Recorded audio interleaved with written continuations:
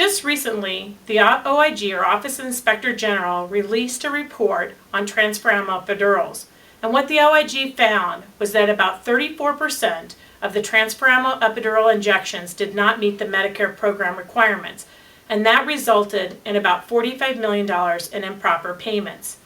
21st Century Edge is proud to present a class on explaining what's contained in the OIG's report. Now, the OIG, or Office of Inspector General, is responsible for analyzing, auditing, and identifying improper payments and instructing the Medicare carriers on how to safeguard against fraud and abuse. In addition, the OIG conducts criminal investigations as well as civil and administrative investigations into fraud and abuse. Recently, the OIG reports that a number of investigations that they performed in conjunction with the FBI, or Bureau of Federal Investigations, have found fraudulent activity related to transforaminal epidurals. This newly released OIG report discusses the frequency of injections, the place of service, for example, if it was done in a physician's office, an ambulatory surgery center, or hospital setting, the specialty of the physician or provider providing the services, the use of guidance, primarily fluoroscopic guidance codes, but other guidance codes as well, how to properly bill for bilateral injections, and the medical necessity documentation that needs to be in the documentation from the physicians.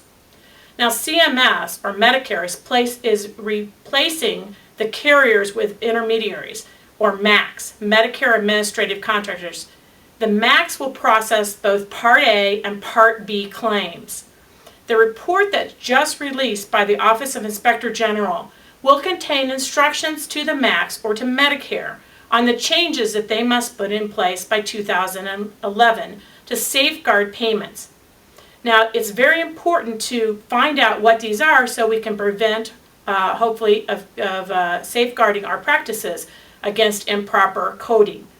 So we'll explain in our webinar what is in the OIG's report on transforaminal epidural injections. We'll be looking at things like local coverage determinations, indications and limitations of coverage or medical necessity, coverage diagnosis codes and medical supporting diagnosis.